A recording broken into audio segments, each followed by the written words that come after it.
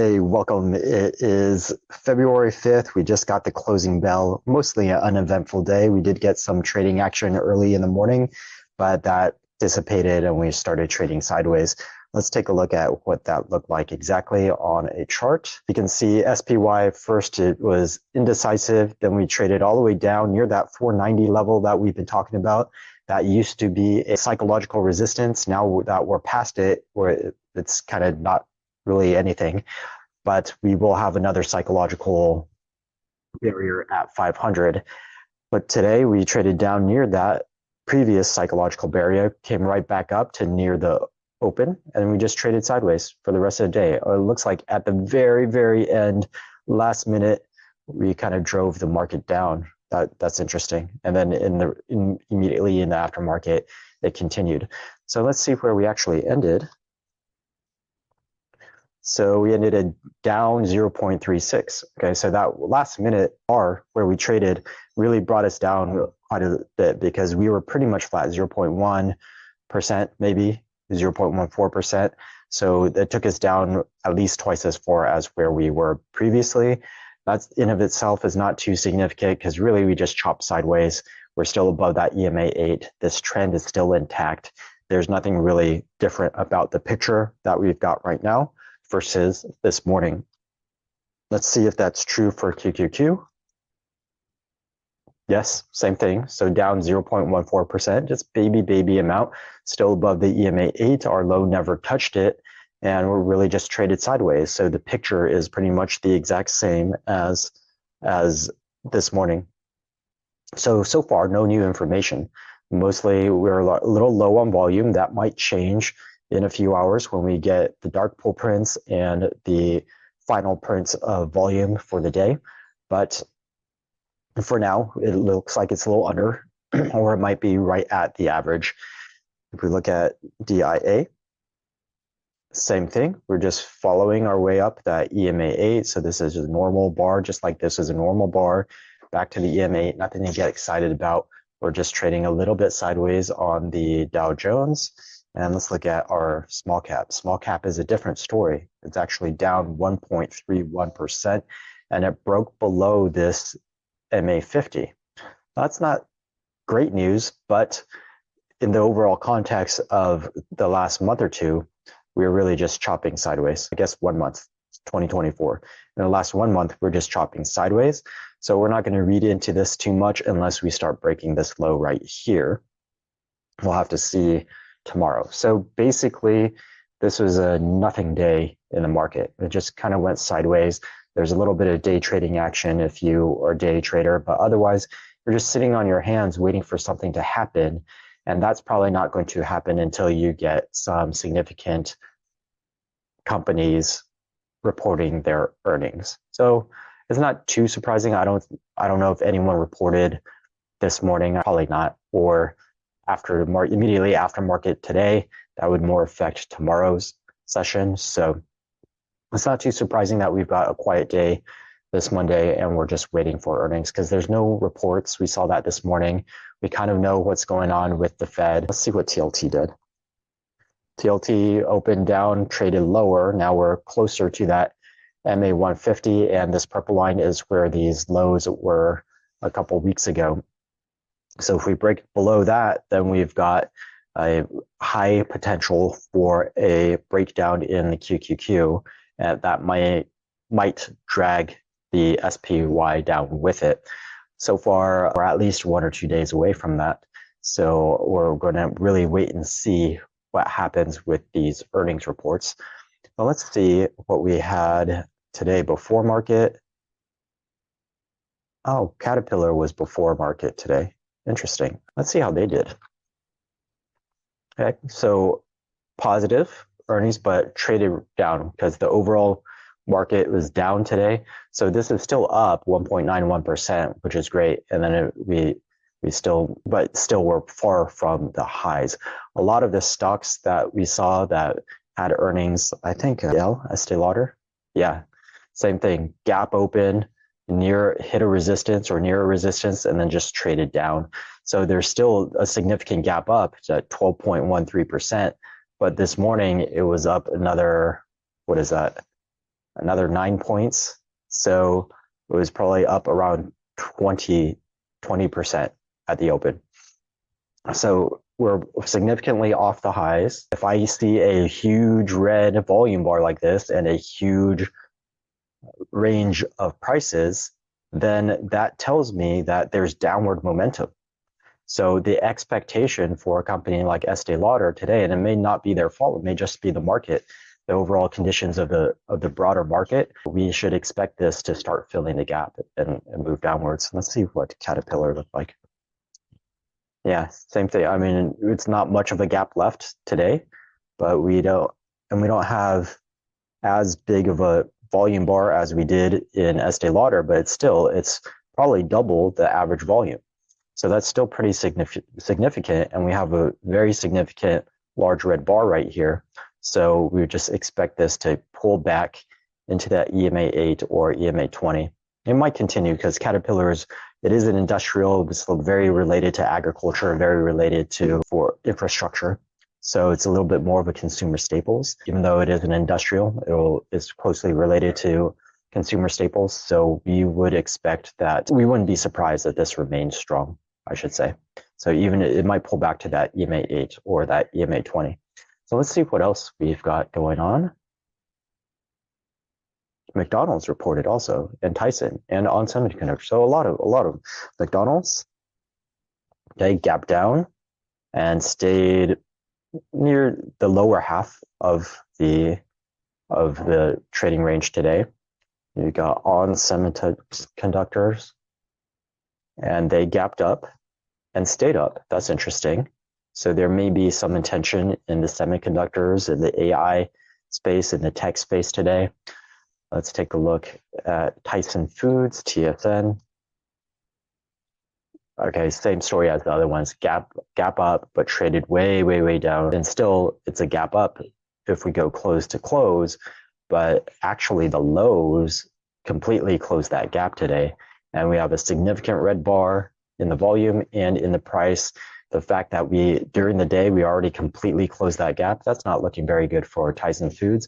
But again, they're a consumer staple. I would be surprised if it didn't at least have a hard time breaking below that EMA 20 or EMA 50. I'm not really expecting this to turn into a downtrend, but there is some correction moving into TSN and the other two, Estee Lauder and Caterpillar. So let's see what's coming today after markets. We got FMC, Simon Property Group, Vertex Pharmaceuticals. Nothing I would place too much weight in for tomorrow's session. So tomorrow before market, we've got DuPont. We'll want to see that. That one will have some effect. Same with GE Healthcare a little bit. If it was GE, it'd be way more, but GE Healthcare is a bit IT. So the Gartner Incorporation and Jacob Solutions, these will be significant. Eli Lilly, very significant. So we'll want to see how those play out tomorrow morning. Those could have an effect, especially, again, we're getting brought into the broader market now, not just focused on tech or finances. So this will be a lot more reflective of the American economy. So they will probably have a pretty big influence on how we trade tomorrow. So given the number, they're not super significant or super giant, but we should at least get some direction, some indication of direction tomorrow. A little less likely that we'll just chop sideways, unless the earnings are just like exactly as expected, and the forward-looking statements are exactly as expected. Then we might get another sideways day, but I'm not really anticipating that. I think we should get at least a little bit of direction. Either we'll move up, continuing with the trend, and then if they just do really poorly, then we might pull back towards that EMA 8 or this trend line right here. So not too much more to look at. That's QQQ. We could take a look at what refreshing a QQQ hedge might look like.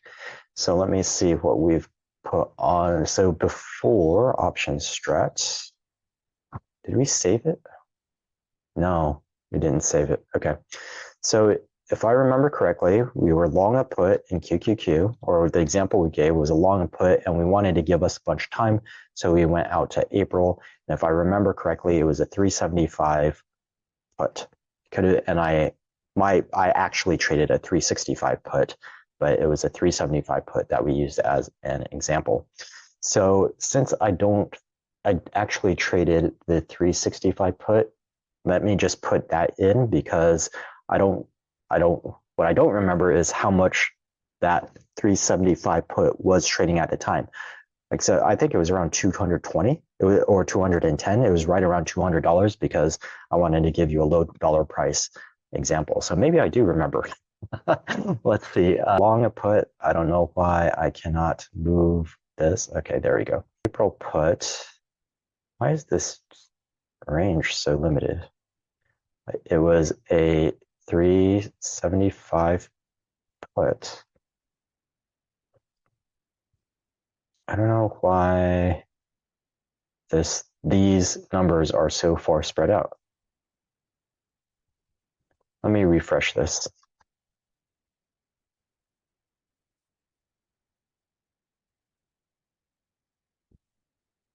Long April QQQ put. Yeah, I don't know why they're making me scroll so far to do a put.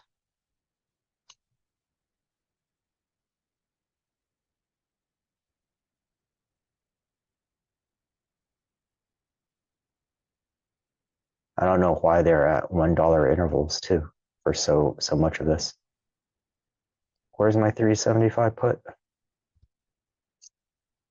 Okay, so option strat probably is missing some data.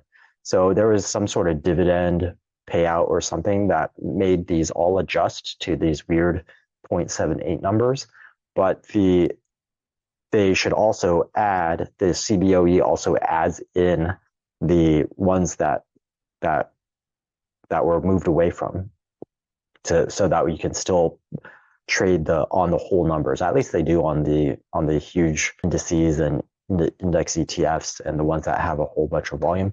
So if I look at my option table right here in QQQ and I go to April 19th expiration, you can see that they're still there. So the 375 is still there, but we also have that 374.78. So I guess I can't do this on option strat. I've got to go with this. Okay. So let's see where I traded one. You can see that it was originally traded at $1.65, and now we've got it at $1.15. So we lost the money on our hedge, which is fine because it's just insurance, and the market has continued to go up, and we're protecting against the market going down. So the point is, how much protection does this still provide us? Because when we put this on, we're saying that we were concerned about a move back down to the MA50, which at the time was, I don't see how many days ago this was.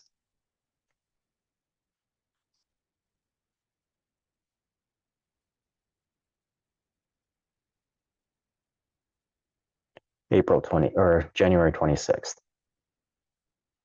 So January 26th, our MA50 was down here at 401.61. And we had closed at 423. So we were looking at about a 22-point move, which is pretty large. So if I remember correctly, if we moved that to that MA50, then it was something like an 8 or 10 to 1 reward risk ratio. So this would have gone up to say 8 times 1 and 1.6. So probably 12 or 13. And then if it didn't, then we would just lost, the max we would have lost was that 165. So it was a really good reward to risk ratio. So now I want to provide the same analysis. Now that I've already lost dollars in it, roughly, if we get that same event that we're talking about, and now it's no longer down to 400 and 401, it's whatever the MA50 is right now, which should be a little bit higher than that. If we go back to the MA50 what would that theoretical price be? And then how is that versus number one, what I originally paid for my hedge, and number two, what I have left in the hedge, because I've already lost that amount. I've already lost that $50. So that's the cost of the protection for the week or so that I've had the protection on. That's fine. But I can only lose another $115 here. So I also want to know the reward versus the remaining amount that I still have at risk. Now $50 is gone. It's not at risk anymore, but my $115 is still at risk. So I want to see what that is, and then the overall dollar protection that my portfolio still has. So that's the most important part, is how much is this going to protect my portfolio if the event that I'm concerned about is actually going to happen. So we're going to go over here and we say, well, the MA50 now is at 406.16. So if we move down, let's just say in the next 2 weeks, because that's sort of the timeline that we're concerned about. The next 2 weeks, let's say at the end of this second to last week of February, so February 23rd, if we go down to 406, so that would be a minus 22.35. That takes us to 406.16, which is our MA50. Yeah, 406.16. So now I want to know what that same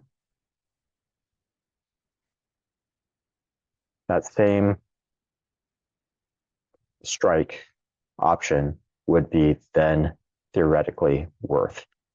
And the answer is only $2.11. So it only protects me by about $1. So this would double. So now I have a 2-to-1 reward risk ratio, which is fine. But we were looking for something much larger. We were looking for 6, 7, 8, 10-to-1, 12-to-1 reward risk ratio. And we don't have that anymore. And our protection in dollar wise, it only protects my portfolio by $90. Before, I was counting on it to protect my portfolio by $800 or $1,000. And now it's only protecting $100. So this is why we want to look at our hedges and update and refresh them. So let's take a look. What if it happened a little bit faster? Instead of Feb 23, we go to end of next week, which is Feb 16. So that would be more like a 2-week time frame. What would happen here? So theoretically, it would be $2.52. So $60 better. It protects me $1.50 or $150. Still not the type of protection that I originally had in my account and that I was counting on. So if I had all the exact same positions, then well, actually, those positions could have moved too. But assuming that I had the same positions, they would all should have moved relatively the same against each other, unless I just had a high flyer or a high loser. But if I didn't, then relative to each other, they would all be about in the same place. And now this same, if I just keep this on and think that I'm hedged, well, actually, in the same move that I was protecting against, I only protect 100. So, but what if it moved the original amount that I was, so before we say, okay, it might go down to 401. Now, because we're saying the MA50 is up to 406, we're only saying 406. Let's take a look so we can compare apples to apples a little bit more. So let's add on another $5 to this and say, okay, what if we go down to 401 and change? Well, this is still only 318. It's no longer the 800 or 1200 that we were thinking of before. So again, we eroded a lot of that protection value of this. So what do we do? Well, if I want to protect for another 2 weeks out to February 16th, and I still want that $800 of protection, then, and I still want a high reward to risk ratio, then I need to roll this. I need to roll this and say, okay, I'm going to sell the one that I have, and I'm going to buy a new one or different one that will give me the type of protection that I'm looking for. So we're going to switch this back to 22 because we are still thinking the MA50, not the 401 level. And so I want to look over here and find a theoretical price, if possible, that is maybe 5 to 10 times larger than whatever I would price it right here. So I'm looking at my marks and I'm looking at my theoretical prices. So this is a little under double. This is a little over double. This is a little under double. This is a little over double. If I stay in this region, all I'm doing is doubling. And so I need to go a lot closer. So this is also still doubling. This is getting a little bit better, maybe 250, 2.5, 2.5. And then here, if I go at the money, I'm still only just doubling. So it looks like I can't achieve it in this scenario any longer. Things have moved a little too much. And so I'm probably looking at too much time value if I want to protect my portfolio. So what do I do? So, well, I really only need to protect it for the 2 weeks I'm concerned about. So that would be the end of February 16th. That's exactly what we identified right here.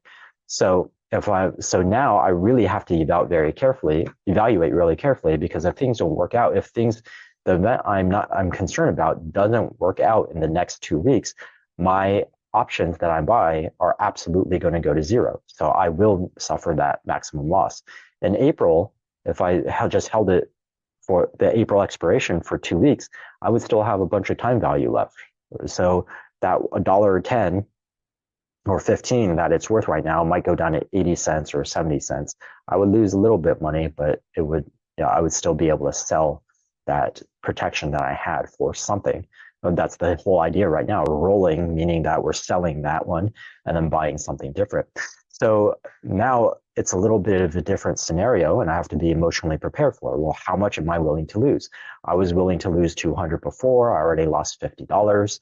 Okay, maybe I'm only willing to lose another $150. Or am I willing to lose $200 again? That's something that I have to ask myself when I'm buying that protection. But let's just say I'm in the boat where, oh my gosh, I already lost $50 on insurance. I only wanted to pay $200 to protect this entire position anyways. So I'm going to take that into account. And so the most I'm going to pay is $100. Okay. So let's just see where $1.50 takes us right here. So the 419 strike.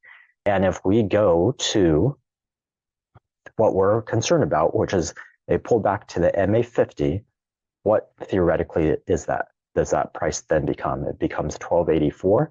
So this is looking pretty good. That's looking pretty promising. If I go 12, let's call it 85 divided by $1.55. That's an 8-to-1, 8.3 to 1 reward risk ratio, which is still really good. And if I take my $1,200 minus 1285 minus the 150 is 1,130. So I still get, now I'm protecting my portfolio for $1,030 worth of protection again if we move to that MA50. So now I'm right back to the exact scenario that I started with when I first put on my hedge, which is great because I didn't add any additional money to the amount that I was willing to lose in total. So this is like the perfect scenario for me. So one thing I might do is I would close. So you can roll. It'd be unusual to call this roll because you're actually buying less time and coming down in your strike price as well. You're coming much closer to at the money, but technically it is a roll. So you could simply just close the position, close this one, say, hey, I'm going to close it. I'm going to sell that one, and then I'm going to buy this one. That'd be one way to achieve it. But a lot of software allows you to roll. So we could say create a rolling order. So I'm going to sell the one I have. I'm going to buy. See, normally they expect you to go further out. And so we're actually coming in, and we are going to a 419 strike price. I should actually, it should be, well, in this case, it's probably going to be pretty close to break even. The one I'm selling is worth about 115, and then my 419 strike, the new one, is $1.50. I shouldn't have to add that much more money to it. So if I say what is this? 419. So actually, they're paying me. They would pay me. Is that right? I'm buying the February 16th, 419th at $1.50 something. I'm selling the April 19th, 365. I thought this was worth, maybe I got my prices wrong. 365. That's my position, $1.17. I'm selling $1.17. I'm buying $1.56. Debit. Oh yeah. They're charging me. Sorry. They're charging me $38. Yeah. So I could just do this, confirm and send, and that would be roll. Then I don't have to concern myself about closing and then buying, and then the timing might be off. I might be able to close one and not get into the other, or I might get into new protection and not sell my previous one before. If I do it this way, they both execute at the same time. They won't, though one won't execute without the other one. So either way, it's in this case, it's just a hedge, and it's not that much of a price movement, and we have very tight markets, so we're not too concerned about that. But if you're ever looking at anything where you had a wider market, or it was very critical because of your cash management, you didn't have a lot of excess cash inside it or excess margin inside of this account, and you really needed the one to sell before the other was purchased, then you would just do it as a roll. So hopefully that was a good demonstration and very clear in your minds on how to evaluate how much protection you have left inside of a hedge, and then how to get into a new hedge that is appropriate for the status of your current portfolio. Every once in a while, we want to rebalance. Actually, portfolio managers are constantly rebalancing. The ones who are managing huge amounts of money, hundreds of millions, billions of dollars, they are rebalancing every single day. The majority of their time is actually spent rebalancing their portfolio rather than trading and entering into new trades or exiting old trades. So as a retail trader, you probably don't need to. Even if you had a $1 or $2 million account, you probably didn't need to do it on a daily basis. Once a week is probably fine. So in this case, we were at maybe 2 weeks. And so you saw how much, we thought we had 800. We originally had $800 or $1,200, 10, maybe $1,000 of protection. And now we only have $100 of protection. That's a pretty big difference. So we probably should have refreshed our hedge sooner. So once a week would be more appropriate than once every 2 weeks. So that's it. That's what I got for today. The situation didn't really change that much from this morning. So we didn't get any new information, or the markets didn't really change from this morning. So everything that we said this morning, everything that we're expecting is the exact same. And really, we're just still in this uptrend, and we're just going to see if it's going to keep on going up. Every time it comes down and touches this trend line, it doesn't have to come down and touch it. It could just trade sideways into it. But every time we touch this trend line, we're just going to be watching very carefully. Is it going to break the trend? And then are we going to get a confirmation of the break of the trend? And then we might get that pullback, that deeper pullback or correction that we've been anticipating. So we'll see what tomorrow brings with more earnings on the table. But at some time this week, maybe next week, it should be pretty clear. Are we going to keep on bouncing off of this trend, or are we going to break down through it? Okay. So have a wonderful rest of your day, and I will see you guys tomorrow morning.